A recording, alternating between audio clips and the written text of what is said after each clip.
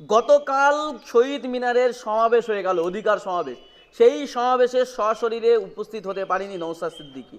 গোটা বাংলার মানুষ জানতে চাইছে কেন নওশাদ সিদ্দিকী শহীদ মিনার সমাবেশে উপস্থিত হননি, কেন, কি বলবেন? আমার থেকে ভালো উত্তর দেবেন রাজ্যের পুলিশ মন্ত্রী তথা রাজ্যের মুখ্যমন্ত্রী মাননীয় সম্মানীয় মমতা ব্যানার্জি মহাশয়া। তিনি তার অ্যাডভোকেট জেনারেলকে দিয়ে বারবার আমাদেরকে আটকানোর চেষ্টা করেছে। আমাদের এই সভা সমাবেশটাকে আউটডোর তথা এই খোলা আকাশের নিচে আমরা করতে চেয়েছি, আটকানোর চেষ্টা করেছে। অ্যাডভোকেট জেনারেল বারবার হাইকোর্টের বিচারপতির কাছে সওয়াল করছিলেন যে যাতে ইনডোরে, এনি ইনডোর, যে কোনো ইনডোর চাইলে দিয়ে দেবে। ইভেন নেতাজি ইনডোর স্টেডিয়ামে 10,000 লোকের ক্যাপাসিটি আছে, ওখানে দিক, ওখানে কোনো আপনার রেস্ট্রিকশান দরকার নেই, হ্যান নেই ত্যান নেই, সব ছিল। আর আমাদের যিনি উকিল ছিলেন, আমরা তাকে বলেছিলাম সম্মানীয় শামীম ফিরদৌস মহাশয়কে যে আমরা আউটডোরেই করব। আমরা আমাদের বিষয়ে অনার ছিলাম। সেখানে কিছু রেস্ট্রিকশান ছিল, আমাদের কাছে অল্টারনেটিভ অপশান ছিল, হয় রেস্ট্রিকশান নাও, না হলে ইনডোর নাও। তো আমরা দেখেছি আমাদের দরকার হচ্ছে এই যে মমতা ব্যানার্জি বা তার দলে যে দম্ভ, যে আমাদেরকে ঘরে ঢুকিয়ে দেওয়ার চেষ্টা করছে আর আমাদেরকে শহীদ মিনার চত্বরে করতে দেবেন, এটাকে আমাদেরকে ভাঙতে হবে। সেই জন্য আমরা সিঙ্গেল বেঞ্চে যেটা বলেছিল, সেই জন্য আমরা সেই মতো আমরা আউটডোরে করার বলেছি। ওখানে আমাদেরকে 2023 সালে যে হিংসা করেছিল, পুলিশ আমাদের উপরে মারলো, আমাদের উপরে আক্রমণ করলো, আমাকে 42 দিন মতো জেল খাটালো, আমাদের 80 জনকে মতো জেল খাটালো মিথ্যা অপরাধে আমাদেরকে জেল খাটালো। সেই মামলা তুলে ধরে অ্যাডভোকেট জেনারেলের পক্ষ থেকে অর্থাৎ রাজ্যের পক্ষ থেকে কোর্টের কাছে প্রেয়ার করলো, নওশাদ সিদ্দিকীরা নাকি ইনডোর প্রোগ্রাম করলে হিংসা ছড়াবে না, আউটডোর করলে নাকি এরা হিংসা ছড়াবে। আমি কি নটোরিয়াস ক্রিমিনাল নাকি? আমার ক্রিমিনাল ব্যাকগ্রাউন্ড কি আছে? আমাকে যে কেসটা খাইয়েছে সেটা হচ্ছে সম্পূর্ণ রাজনৈতিক কেস। আমি যে পেশাদার খুনি হ্যান ত্যান যেগুলো, এগুলো তো কোনো ব্যাপার নয়। এটা শুধুমাত্র রাজনৈতিক কারণে আমাকে কেস খাইয়েছে। এবং শুধু শুনে রাখুন, বাংলার মানুষ শুনুক, যে আমার যখন বেল দিয়েছে কোনো বিনা শর্তে আমার বেল হয়েছে, এবং ওই বেলেও উল্লেখ করা আছে, বেলের যে কপি আছে উল্লেখ করা আছে, আমার বিরুদ্ধে কোনো ধরনের অভিযোগ কেউ কোর্টে প্রমাণ করতে পারেনি বলেই আমাকে বেলটা দিয়েছে। তারপরও রাজ্য সরকার কৌশলে আমাকে আটকেছে। আমরা ডিভিশন বেঞ্চে পরের দিনে সকালে গিয়েছিলাম, কিন্তু ডিভিশন বেঞ্চ সেই দিনকে শোনেনি, মামলাটা আজকে রেখেছে অর্থাৎ বুধবারে। তো ব্যাপারটা হচ্ছে আমরা আমাদের লড়াই লড়ে নেবো, তো আইনকে তো মান্যতা দিতে হবে। আমরা আইনের দ্বারস্থ হয়েছিলাম, আইন আমাদেরকে আইনের মাধ্যমে, আমি ওখানে রাজ্য সরকার করতে দিচ্ছিল না, আমরা ওখানে করে দেখিয়ে দিয়েছি মমতা ব্যানার্জি সরকারকে যে কারো বাবাকালী জায়গা নয় কলকাতাটা, যেখানে করতে দেবো না ওখানে করতে দেবো না, পারবেন না। হ্যাঁ, কিছু মানুষকে আটকানোর চেষ্টা করেছেন, রেস্ট্রিকশান করেছেন, লিমিটেশন করেছেন, সবই আমরা মান্যতা দিয়েছি। কিন্তু আপনারা যেখানে আমাদেরকে করতে দেবেন না বলেছিলেন সেখানে করে দেখিয়ে দিয়েছি।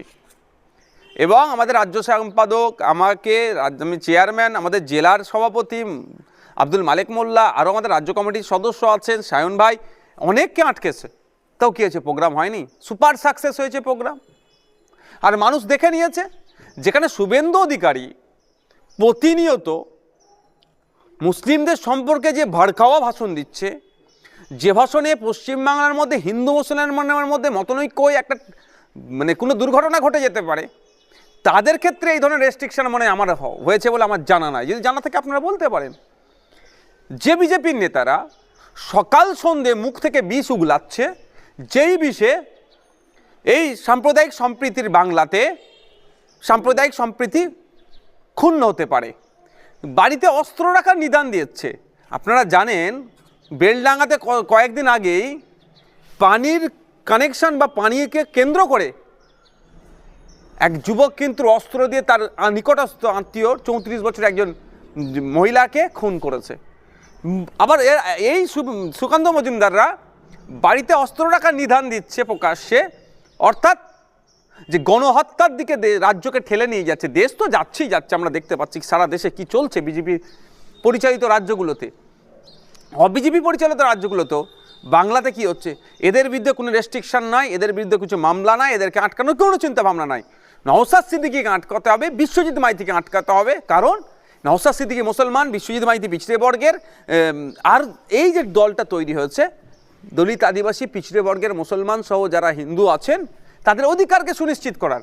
তো তোমরা এই কাজ করতে পারবে না। তোমাদের কাজ হচ্ছে এই সিদ্দিকুল্লাহ চৌধুরীর মতো হও, তোমাদের কাজ হচ্ছে বীরভা হাঁসদা হও, তোমরা কি হবে ওই দলিত একটা নেতা হও তৃণমূলের শাসকের, অর্থাৎ মমতা ব্যানার্জি বা তার দলের পায়ের নিচে বসে থাকো, যেটা বলবে তোমরা সেটা করো, তাহলে গুড মুসলিম, গুড দলিত, গুড আদিবাসী হবে।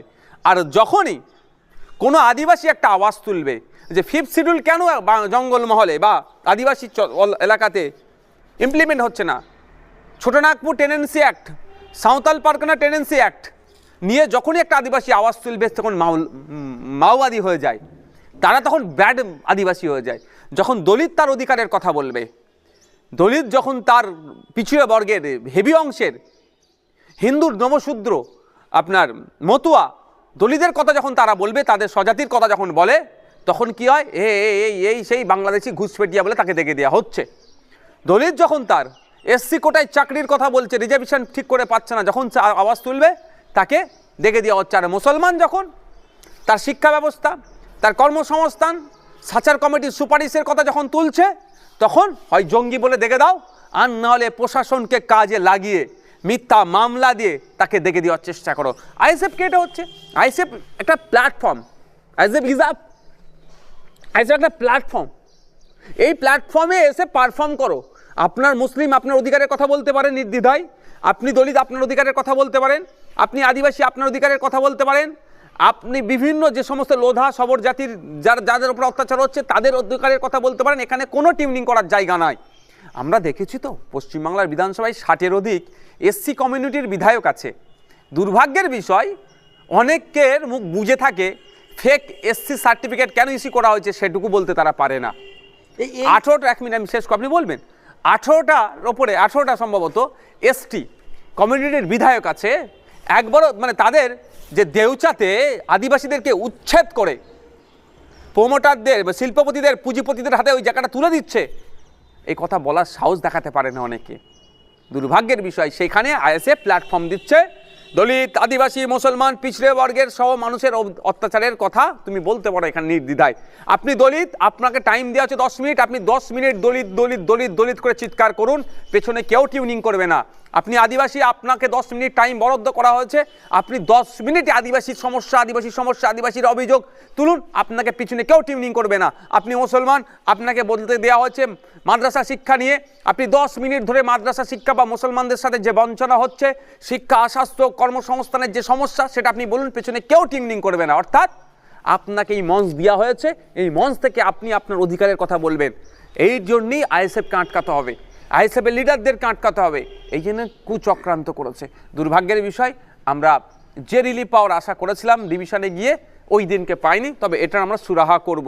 তবে বাংলার মানুষকে বলবো, দেখুন কারা প্রকৃত মানুষের হয়ে কথা বলছে, আর মমতা ব্যানার্জি কাদেরকে আটকাতে চাইছে আর কাদেরকে জায়গা ছেড়ে দিচ্ছে। আপনাকে আমি জোর গলায় বলছি, শুভেন্দু অধিকারী গিয়ে বিষ উগলাচ্ছে কোথায়, গার্ডেন রিচে। শুভেন্দু অধিকারী যে বিষ উগলাচ্ছে কোথায়, শ্যামপুরে। শুভেন্দু অধিকারী ছুটে চলে যাওয়ার চেষ্টা করছে কোথায়, বিভিন্ন জায়গাতে গিয়ে বিষ উগলাচ্ছে। সেইখানে রাজ্য প্রশাসন এসকর্ট করে নিয়ে যাচ্ছে, সরে যাও, রাস্তা ক্লিয়ার করো। শুভেন্দু বাবু যে এখন বিষ উগলাবে, ওখানে হিন্দু মুসলমান হলেই তৃণমূলের লাভ হবে, বিজেপির লাভ হবে। এরা তো ভাঁড় একটাই, শুধু শুরুম আলাদা এদের। তৃণমূল আর বিজেপি তো আলাদা নয়, ভাঁড় একটাই, শুরুম শুধু আলাদা। কাউন্টার, ক্যাশ কাউন্টার ওদের এক জায়গায়, মানে যেটা সে জমা হচ্ছে, ব্র্যান্ড একটাই আরএসএস।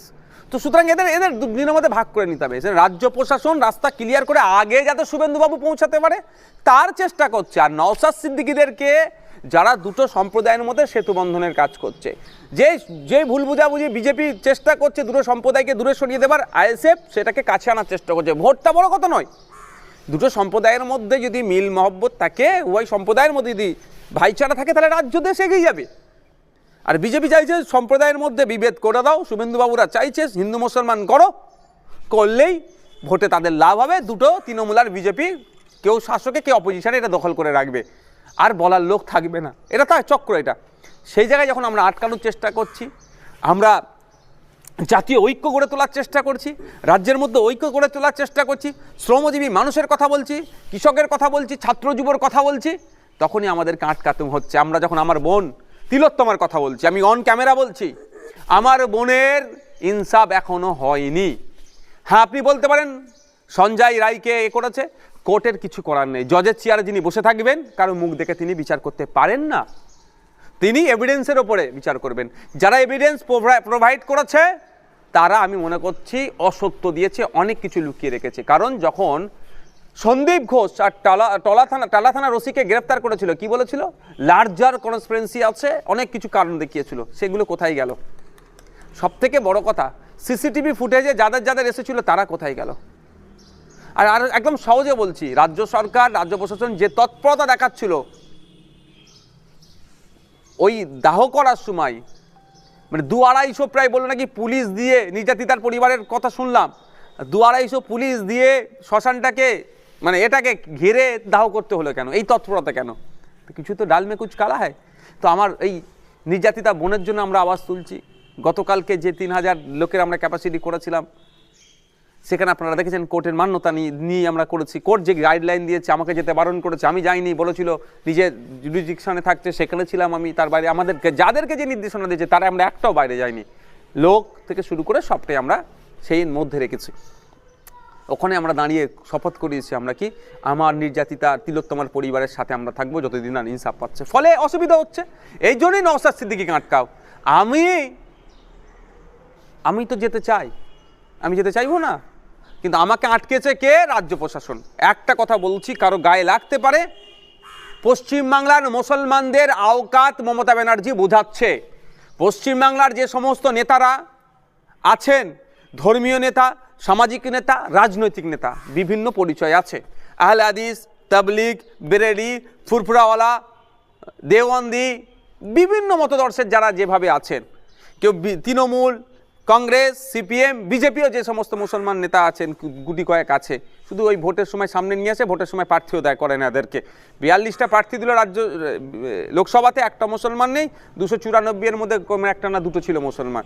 তারপরেও যারা করছেন, সমস্ত মুসলমানের আওকাতটা বুঝিয়ে দিল। দলিতদের আওকাতটা বোঝানোর চেষ্টা হচ্ছে, আদিবাসীর আওকাতটা বোঝানোর চেষ্টা হচ্ছে। তোমরা কথা বলতে পারবে না, আমরা ব্রাহ্মণ্যবাদী দল, আমাদের পায়ের নিচে তোমাদের বসে থাকতে হবে। তুমি বড় নেতা মানে আমি আমার নিজেকে বড় নেতা হওয়ার শখ নেই, তুমি তোমার স্বজাতির কথা, তুমি অত্যাচারী মানুষের কথা বলতে পারবে না। তুমি অত্যাচারী মানুষের কথা যদি বলার চেষ্টা করো, তোমার নামে মিথ্যা মামলা দিয়ে বিভিন্নভাবে তোমাকে আটকানো হবে। তবে একটা কথা বলে রাখি, সিট ডাড়া বিক্রি নাই, আমার সিট ডাড়া বিক্রি নাই। জেলের মধ্যে বসে থাকতে প্রস্তুত আছি আমি, জেলের ভাত খেতে প্রস্তুত আছি আমি, কিন্তু বেইমানির ভাত আমি খাবো না। যাদের জন্য লড়াই করতে নেমেছি, সেই বঞ্চিত মানুষের সাথে আমি বেইমানি করব না। আমার কাছে অফার নাই, আমার কাছে চাইছে, আমি গিয়ে বলি যে আমার সাথে ওটা হচ্ছে কেন, সব সমাধান করে দেবে, সব সমাধান করে দেবে। কিন্তু নওশাদকে গিয়ে বলতে হবে। আরে নওশাদ যদি গিয়ে বলে, তাহলে আমার এই বলার স্বাধীনতাটা কেড়ে নেবে। আমার আদিবাসীর উপরে অত্যাচার হলে আমি আর বলতে পারবো না, আমার মুসলমানের উপর অত্যাচার হলে আমি আর বলতে পারবো না, আমার দলিতের উপরে অত্যাচার হলে আমি আর বলতে পারবো না, আমার বাংলার নাগরিকের উপরে অত্যাচার হলে, দেশের কোনো ঘটনা ঘটলে আমার আর বলার স্বাধীনতা থাকবে না। আমার জেলের ভাতটা পছন্দ, বলার স্বাধীনতা থাকতে আমার তার কাজ আমারটা সেই রকমই পছন্দ করি আমি। বলার স্বাধীনতা চলে যাবে, খোলা আকাশে থেকে কিছুই লাভ হবে না। এই যে নওশাদকে বারবার আটকানোর টার্গেট আমরা দেখেছি। শহীদ মিনারের যে সমাবেশকে প্রথম থেকেই টার্গেট করা হচ্ছে, কখনো পতাকা লাগাতে দিতে বাধা, মাইক খুলে নেওয়া হচ্ছে, মাইক লাগানোর পরে সেই মাইকের তার কানেকশান খুলে দেওয়া হলো, মাইকগুলো বন্ধ করে দেওয়া হলো। এই যে প্রতিটি পদক্ষেপে প্রশাসন বা সরকার বারবার কেন বাধা দিচ্ছে? কিসের ভয় এত নওশাদকে? নওশাদ সিদ্দিকীকে ব্যক্তিগত কতটা ভয় খাই বলতে পারবো না, নওশাদ সিদ্দিকীদের দলের যে লক্ষ্য উদ্দেশ্যটাকে ভয় খাচ্ছে। আমাদের দলের লক্ষ্য উদ্দেশ্য হচ্ছে মানুষেরকে অত্যাচার করে যে ঘরে ঢুকিয়ে দিয়েছিল, সেই ঘর থেকে টেনে বার করবো ওদেরকে, বেরিয়ে আসুন, আপনি আপনার অধিকারের জন্য গণতান্ত্রিক প্রক্রিয়ায় রাস্তায় নামুক। এই গণতান্ত্রিক প্রক্রিয়ায় রাস্তায় নামলেই তো শাসকের জ্বালা হচ্ছে।